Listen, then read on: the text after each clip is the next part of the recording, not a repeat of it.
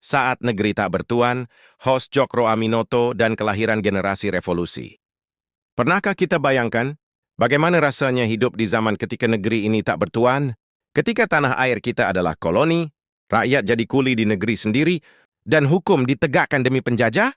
Di tengah gelap itu muncul satu nama, Haji Oemar Said Cokro Aminoto. Bukan hanya orator ulung, tapi sang pemantik api kesadaran bangsa. Di rumahnya di Surabaya, bukan sekadar tempat tinggal tapi markas ideologi.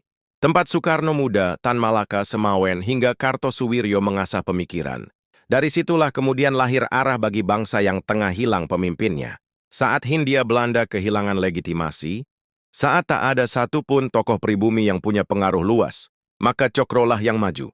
Dengan Sarekat Islam bukan sekadar organisasi massa, tapi wadah perjuangan, menyatukan Islam dan nasionalisme, menyatukan tauhid dan pembebasan.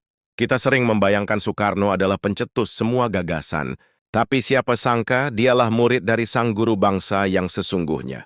Host Cokro Aminoto mengajarkan bahwa kemerdekaan bukan soal bendera, tapi harga diri. Bahwa negara bukan dibangun di atas kekuasaan, tapi atas akhlak, visi, dan pengorbanan. Jika kalian ingin menjadi pemimpin besar, menulislah seperti jurnalis dan bicaralah seperti orator.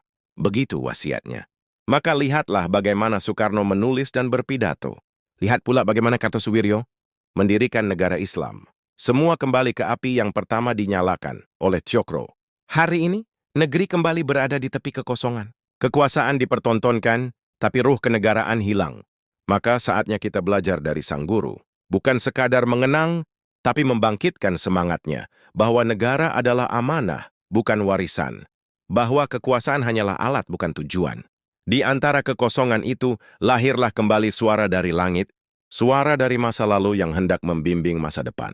Suara dari rumah kecil di Surabaya yang pernah melahirkan pemimpin besar.